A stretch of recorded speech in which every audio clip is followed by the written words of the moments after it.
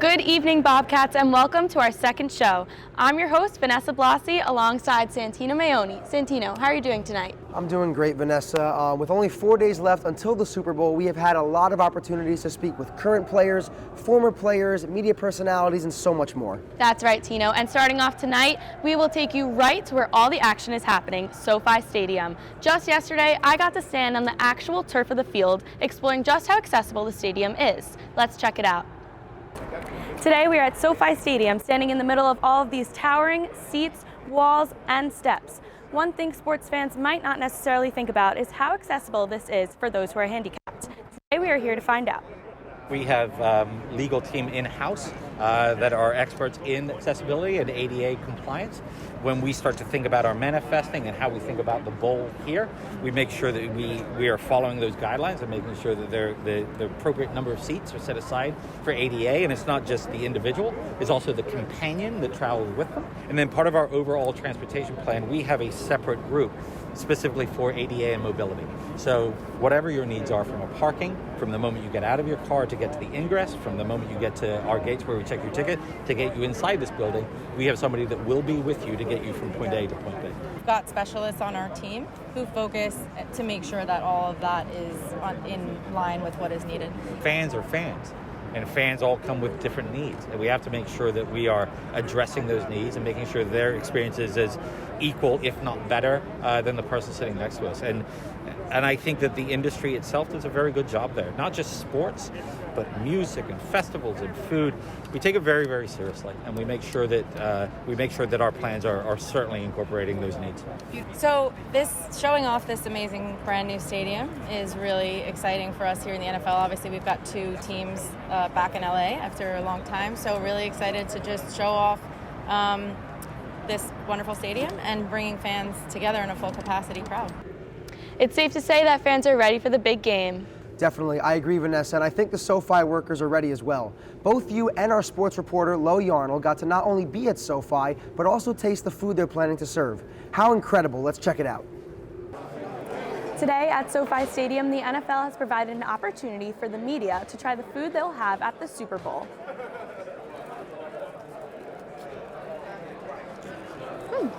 The menu is tailored to reflect Los Angeles' foodie culture, featuring grilled chicken skewers, pizza, cheeseburger subs, beef barbacoa burritos, and a gourmet version of the classic LA street dog. SoFi Senior Executive Chef Robert Biebrich says the food will have a perfect balance of familiarity and spice. I think it has a great LA flair to it. It's definitely hitting on the melting pot that is LA. But like I said, it's simple food that people always want when they come to a game, whether it's a chicken tender, a pizza, a burger. It's just done with a little bit of twist to it. Biebrich also said that they will offer both gluten-free and vegan options on the day of the big game. If visitors have any allergies, Biebrich recommends that they notify the kitchen beforehand to be accommodated. So we do the tater tots, we have a lot of salads, we do a veggie burger as well that can be on a vegan bun. And then some of the other items like the barbacoa or anything else, if they wanted it to be gluten-free, we can offer it without the tortilla. Here at SoFi Stadium, there's a few different alcoholic options between red wine, white wine, rosé, or beer. SoFi staff fired up the ovens and popped corks for invited members of the media, encouraging them to sample the numerous food and beverage options. After tasting, it was good reviews all around, including WPXI's Jenna Harner, who even said it exceeded her expectations. This definitely, I expected it to be all out and big like this, but it has surpassed expectations. It's so good. Overall, Super Bowl attendees are sure to be taken care of thanks to Biebrich and his team's thoughtful menu. For Vanessa Blasi, I'm Lo Yarnell, Q30 and Ability Media. What an awesome opportunity. Coming from me firsthand, I can agree that the food was delicious. Now, here comes Tina with the social segment for tonight. So first, we met up with the fastest man on two hands, Zion Clark, who posted an Instagram reel of us tossing the pigskin around. Let's check it out.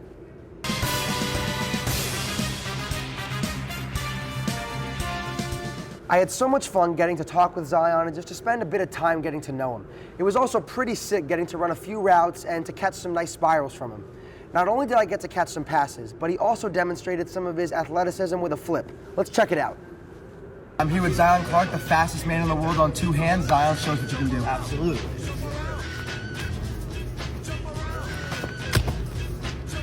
I mean, can you say amazing? Never in my life would I have ever thought I'd be sitting next to a man without legs and watching him perform a backflip. It was incredible, and just thank you, Zion, for the amazing experience. Lastly, I want to go to the other day when star wide receiver Justin Jefferson showed up at Radio Row to demonstrate the infamous Gritty celebration. This is for all of you guys that don't know the Gritty or is bad at the Gritty. So look, tap the back of the heels, tap, tap, tap. You swing your arms back and forth, throw your B's, and you just go faster, faster. Put your own mix to it. You know, whatever you gotta do. Yeah, not the ones. It's not the one leg. This is not it. This 2 feet, 2. I absolutely love this celebration. It was one of my favorite dances, and it is one of my favorite celebrations in the NFL right now. Hopefully, we'll get to see star wide receiver Jamar Chase get in the end zone and hit the Gritty in Sunday's game. And that's all I have for the social segment this week. Thanks, Tino. That was great. There are so many things that we have gotten to do these past few days that we've been in LA that have been truly incredible. Just like last time, we're taking a spin on NBA's top 10 likes and dislikes from reporter Zach Lowe to try our own version of what our 3 things are from these past few days.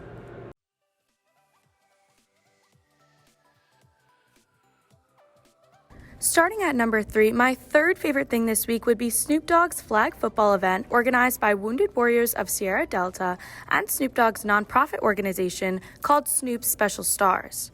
This event was both intense and heartwarming to watch as former NFL players helped these kids score touchdown after touchdown.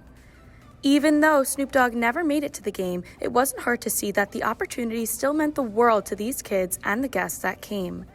My favorite part about it was seeing everyone's true passion for the game and how inspired the kids were to be there. Coming in at my second favorite thing was tasting samples of the food that SoFi plans to serve on the actual day of the Super Bowl, just as we talked about before. The food was comfortably familiar, with a hint of spice that will do just the trick to rile up fans at the big game. My favorite food that I tried was definitely the beef barbacoa burrito because it wasn't too spicy, but just enough to make me keep wanting more. I also really enjoyed speaking one-on-one with SoFi's executive chef, who was evidently proud of his tasty creations.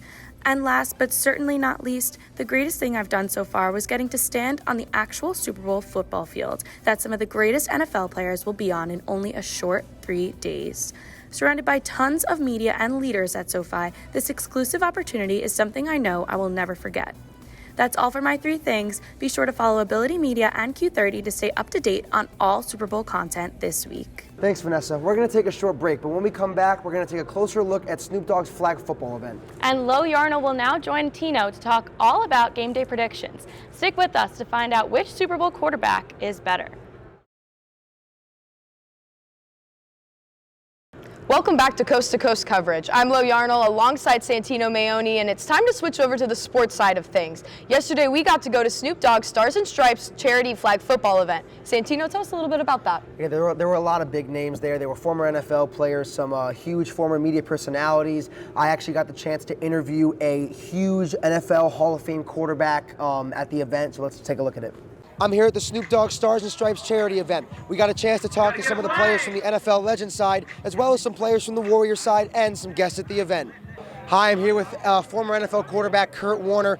Kurt, what do you feel the importance of this event is, and what are you most excited for the event today? Well, to me, the importance is that we get a chance to use the Super Bowl and use our platforms to be able to impact people and to bring attention to those real heroes out there, those people that deserve the attention. So tonight is all about being able to celebrate those men and women that have served our country in incredible ways, that have given so much for all of us so we can do what we do, so we can play a Super Bowl and I can play this great game for a living. And so it's a way for our past to kind of connect in an awesome way. I get to go throw some passes. We get to have a little bit of fun, but most importantly, I get a chance to just say thank you and shake some hands and take some pictures with those true heroes that are out here. Sometimes 2 or 3 times a year, we just get together, celebrate each other, the veterans from the NFL. Like, whoa, I'm playing with, veterans of the military and vice versa. They meet some of the people they've honored through the years. The fans get something out of it. Like, it's just good. And this time, we're also celebrating the Snoop Special Stars. So they're going to be out here first. and we'll help out with that game and then do our little exhibition. You know what? I'm here supporting Dave and his football team, the Sierra Delta, right? Yep. So I'll be coaching, calling a few plays here with them. Awesome. I'm thinking about calling a double pass with Dave involved, and either get him a touchdown pass or a touchdown catch. So we'll see how it goes. Reality is that if you come out here, you get a chance to see why football is really great. The NFL, the Super Bowl, it is amazing. We're so happy it's here in Southern Cal again. Yes. But when you come out here and you see people run around on this field knowing that you're not going to go to the league, and you have to ask yourself, why does this matter? That's because you're able to build team. You're able to have individuals work together and at the same time challenge themselves, push themselves, and find their best self. And obviously, you mentioned the Super Bowl. We're here in LA. It's going to be at SoFi Stadium, Rams versus Bengals. As a former NFL quarterback, we have two great ones, Joe Burrow and Matt Stafford. What are you expecting for the game? And if you had a prediction for who you think is going to win, who would it be? Well, I mean, your hope is that everybody plays their best game in this moment. So that's really what I hope for both of these teams and all these players, that they can walk off the field, win or lose, and go, you know what? I left it all out there, and I played my best game. I think on paper, the Rams have a better team. I think they have the superstars. They got guys that can change the game. But I might have said that the last couple of weeks against the Bengals, and they found a way to win. And so that's really what it's going to come down to, is who finds a way in the moment to make those big plays. I'm leaning a little bit towards the Rams, but let's go have a great game. Well, I'm a diehard Niners fan, so I'm still mourning the loss. But you know what? What I say is if we lose to the team that takes it, then I can live with that. So I'm pulling for the Rams in the Super Bowl. I feel like it's destined for Stafford to get his first Super Bowl, and we'll see what happens. You know I got the Rams, baby. Whose house? Rams house. Here at Radio Row, we are surrounded by NFL professionals and journalists. Now, I was interested to hear their opinions on the recent allegations surrounding Brian Flores' lawsuit. We're just a few days away from the Super Bowl, an event normally met with great celebration. But this year, speculation swirls amongst the league as the NFL continues to grapple with allegations from coach Brian Flores. Flores claimed Dolphins owner Stephen Ross offered him $1,000 per loss, to which Ross later denied. Here at Media Row, we asked different NFL experts their opinions on the lawsuit. NFL veteran reporter and best-selling author of Brady vs. Manning, Gary Myers, said he was shocked to read Flores' words. Yeah, I mean, if it's true, it's shocking, and major penalties coming to Steve Ross, either a fine or a suspension or getting thrown out of the league would be appropriate. All three of those. I mean, getting thrown out of the league, you can't have that. So on the one hand, I'm thinking, how can Brian Flores just make that up? It's just so outrageous. You can't make something like that up. On the other hand, Steve Ross's denial was so vehement that, it has to put a little doubt in your mind. So somebody here is not telling the truth. John Eisenberg, another NFL reporter, said the allegations shatter the league's expectations for fair games, something that has serious fallout implications. That is the concept, is everyone has the same chance. There's nobody's getting paid to lose or win, nobody's trying to lose on purpose, everybody wants to win. That's the fundamental concept. And it's not just the NFL, of course, it's all of sports. Flores breaking the ice encouraged former Browns coach Hugh Jackson to also speak up on social media, implying he was paid to lose games by Cleveland owner Jimmy Haslam. Ex-Tampa Bay player and 9/11 survivor Mike Dempsey said regardless of taking allegations around the league, he has high hopes that Flores' lawsuit will enact positive change. So Brian's taking a very risky position, but I think it takes a lot of guts to do it, and I think if he is, I think he's going to make a lot of change hopefully happen. So I think he is prepared for the good, the bad, the ugly that comes from it, and I'm sure he thought a lot about it. And I think, hopefully there'll be some good change. And if he does that, I think he'll be coaching the league a long time. So I do think he's deserving of many opportunities. From Media Row in Los Angeles, I'm Lo Yarnell, Ability Media and Q30 Sports. We're not just covering football here at Radio Row. Vanessa Blasi got a chance to interview a former professional basketball player. Let's take a look and see how it went. Ron Slay is a former American professional basketball player who has traveled across the globe playing the game that he loves. Although he is no longer a player, he stays close to the game by spending his time doing sports broadcasting on his radio show called 3HL. Despite the giant presence he has in the sports industry, Slay breaks down his success into smaller pieces for fans and aspiring athletes, saying it's important to create small goals for yourself to achieve the big dream. But I think mainly being able to block out the noise, and knowing that you got a goal that you're trying to reach, and you got to reach that goal by putting little goals in place. Reach those little milestones, and then you can get to the greater goal. So that's what they've taught me, being able to see things and compartmentalize and know that you can reach the bigger goal by getting through little steps in life. All right, it is time again for the Beat Reporter segment. Just as a refresher, I have taken the LA Rams as my beat. Tino has taken the Cincinnati Bengals as their beat. Now the topic on the table for tonight's debate, which quarterback is better, Matthew Stafford or Joe Burrow? Tino, because you are the home team in this Super Bowl, I will let you take the first stab. The best quarterback in this game on Sunday is, in my opinion, obviously Joe Burrow. I think it's kind of disrespectful for the media to even call him an underdog and call the Bengals an underdog overall. I actually got the chance to interview Bengals starting cornerback Mike Hilton, and I got to ask him what he thinks about his star quarterback. Hi, Santino Maoni with Ability Media. Mike, I wanted to ask you, so obviously Joe Burrow last season, he's coming off a massive ACL, MCL tear when he hurt his knee. What do you have to say about just him returning and being able to lead you guys to the Super Bowl in really his first full year as a starting quarterback? I'm not surprised. Watching him play before he got hurt last year, you could tell he just has that it factor about him. He's confident in his ability. He's confident in his preparation. He's confident in his teammates. So my thoughts on Mike Hilton's just direct answer, I think he was 100% accurate in what he said. Joe Burrow has come back and led this team. He's been the driving force for this team, and he's really the top reason why they've gotten to the Super Bowl after going 4-12 last season. Obviously, he recovered from that injury, tearing his ACL and his MCL on that horrific play with Chase Young. But he's come back, in the back by Boyd. Conversation on the sideline here for the moment. No signal yet. See, it's interesting that Mike Hilton says that because I got the chance to talk to LA Rams defensive lineman A'Shawn Robinson, who played with Stafford at Detroit. His entire NFL career, Stafford has been his quarterback. Here's what he had to say. How confident are you when you are on the line and someone like Matthew Stafford is your quarterback in the Super Bowl? It's great confidence having him. Like I said, Nine's been my quarterback my whole career, and I have so much confidence in him. He's a great competitor, great player. So.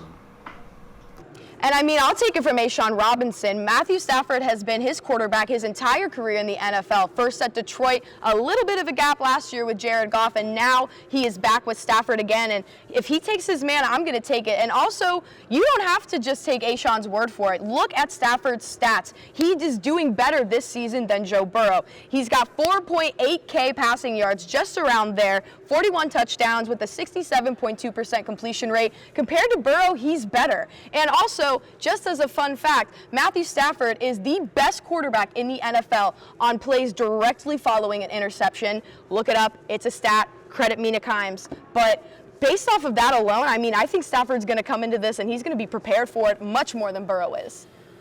Okay. Everything you just said, Lo, I don't even know how to react to it because I think stats with these two quarterbacks, it tells a much different story, or it can fool people into thinking, oh, okay, Matt Stafford again, 7 more touchdowns than Burrow, about only 3 more interceptions. So Burrow threw for 34 touchdowns, 14 interceptions, 4,600 yards. So you may think, okay, well, Stafford's leading him in touchdowns, yards, maybe more interceptions, but he has more touchdowns, so Stafford's better. No. That is not the case at all. In Stafford's last 8 weeks of the season, I believe it was around 11 to 13 interceptions that he threw. And I know you give the stat of, oh, well, Matt Stafford, okay, following interception, he was the best quarterback in the NFL. I don't care about that because the play that I'm going to go to specifically is Week 18 against his division rival in the NFC West, the San Francisco 49ers. And on the last play in overtime, what does Stafford do? Throws a bomb down the field, overthrows OBJ, and whose hands does it end up in? The 49ers, and he loses the final game. Now, granted, did he go in SoFi and beat them in the NFC Championship game? Yes, but he also threw a goal line interception in that game, which I feel like nobody's talking about. And one of those plays could happen in the Super Bowl, mark my words. So all I'm hearing from you is why Stafford could not be the guy. I have yet to hear why Burrow is the guy. So I'll go ahead and say why Stafford's the guy again. He has taken down 2 of the biggest quarterbacks, if not the biggest quarterbacks. Remember, he sent Tom Brady into retirement. So he has taken down Kyler Murray, Tom Brady. He has been in this position before, not the Super Bowl position, but this is his 13th season in the NFL. I don't think he has any pressure on his shoulders compared to Joe Burrow, who is coming in with all of America on his shoulders. Joe Shiesty, Joe Ice. Everyone wants him to do well. He said it himself in a press conference. Cincinnati is not the underdogs coming into this game. The pressure's all on Burrow on this one. Stafford's the vet. He's got more time in the league. He knows his men. He's got more options offensively. I'm going to go with Stafford.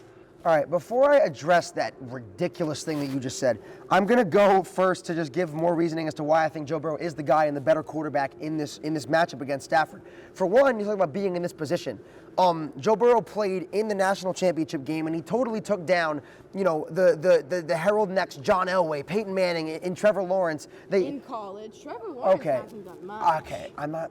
Yes, okay, he hasn't done much in the NFL. He's also been with the Jacksonville Jaguars. I think that has something to do with it, and Urban Meyer being a terrible head coach. We're getting off track here, though. Joe Burrow he was at LSU. He's in that big moment, beats Trevor Lawrence and the Clemson Tigers in that national championship game. Now he's here in the Super Bowl. In his first year as a starting quarterback, his first year, in a full season, starting quarterback, he has managed to get his team here. Joe Burrow has no pressure on him. There's no pressure at all for Joe Burrow. Are you kidding me? Matt Stafford, coming from Detroit. You think about this. The Rams mortgaged their entire future to get for Matt Stafford to win them a ring this year. You got rid of your former number one pick, Jared Goff, for now their current number one pick, Matt Stafford. You gave up a ton of draft picks to get Von Miller, OBJ, etc. You put all your chips into one basket and you invest in Matt Stafford this season to win. If Matt Stafford doesn't win, this is a failure for the Rams, in my opinion. This season does not matter whatsoever because you invested everything into this season. If Matt Stafford doesn't come through, it's a failure for the Rams. That is why the pressure is on him. He must come through in this game, and in my opinion, Joe Burrow is going to be the one to come through. I don't know how you can dispute that. And also, my other thing, too, is to go just more in depth with Joe Burrow. The man has an it factor about him. I mean, everyone's talking about the pressure the Rams are going to bring. Aaron Donald, Von Miller, Leonard Floyd, etc. They have one of the best pass rushes in the NFL. They faced the Tennessee Titans in the divisional round. The Bengals faced them, And Joe Burrow was sacked 9 times. I'll say it again, 9 times. And when you look at guys like Aaron Rodgers, Peyton Manning, Tom Brady, the greats, I know this for a fact because I've seen it before. If they had been sacked 9 times and put on the turf, they would have been on the sideline, slamming their iPads, yelling at their O-line, like, get it together, block for me, something. Burrow didn't react once. The guy stays level-headed. He's cool, calm, and collected at all times, no matter what the circumstance is. I believe it's going to happen again, no matter if Donald's hitting him again and again and again. Burrow's going to stay cool, stay calm, keep a level head, and he's going to win this game for the Cincinnati Bengals. It is all to be written. The big game is on Sunday, and we'll see who shows up. Obviously, both are fantastic quarterbacks. Definitely. Both have fantastic teams behind them, but that's all we have for this week's Beat segment.